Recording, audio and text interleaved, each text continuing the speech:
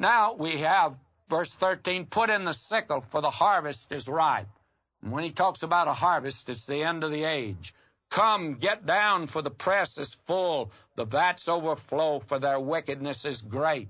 Multitudes, multitudes in the valley of decision, for the day of the Lord is near in the valley of decision. And again, he defines this period as the day of the Lord. Now, Joel won't let you forget it. And I do not think you can lift anything that Joel says outside of the parenthesis of the day of the Lord, beginning with the Great Tribulation, the rapture of the church, and continuing on through the second coming of Christ to establish his kingdom, and then deciding who's going to enter the kingdom, and then for 1,000 years the reign upon the earth, then a brief period of rebellion when Satan is let loose, then a final judgment in the great white throne, and eternity begins. And up to eternity, you have this next parenthesis. So we're in the confines of that. Now again, he speaks of the disturbance in the heavenly bodies. The sun and the moon shall be darkened. Stars shall withdraw their shining. The Lord also shall roar out of Zion, utter his voice from Jerusalem. And the heavens and the earth shall shake, but the Lord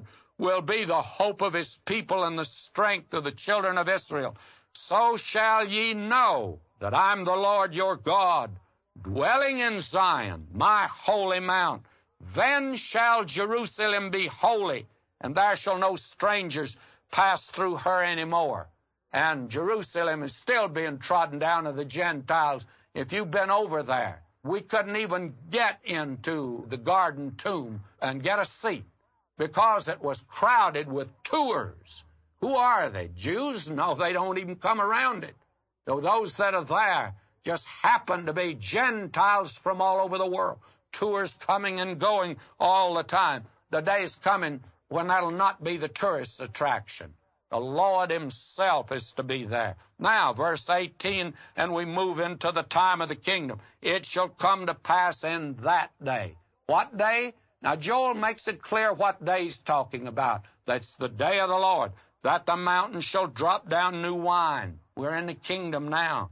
And the hills shall flow with milk, and all the rivers of Judah shall flow with waters. And they're short of water now. It won't be in that day. And a fountain shall come forth from the house of the Lord, and shall water the valley of Chittim. And that's interesting. The valley of Chittim is on the other side of Jordan. And how could it flow from Jerusalem across Jordan? Because Zechariah says that the mountain will be split, and instead of that great rift that today runs all the way from way up above Byblos in Lebanon and comes down through the Sea of Galilee, the Jordan Valley, the Dead Sea, and goes on into Africa, it's going to run the other way, going to run east and west.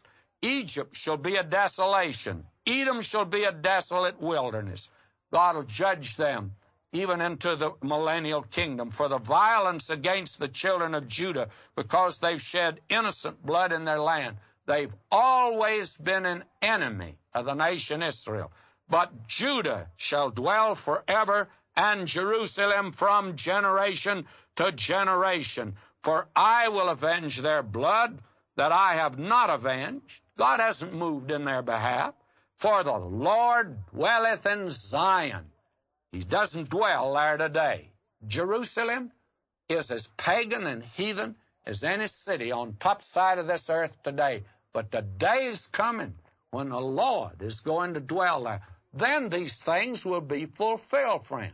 You're not seeing fulfillment of prophecy over there unless you saw him over there. And I don't think that's where you see him. Because right now, at this moment, he's up yonder at God's right hand. Oh, if we were only conscious of him all the time and had the reality of his presence in our lives. All right, we've finished Joel. Next time, we go back to the New Testament, to 1 Peter. Until then, may God richly bless you, my beloved.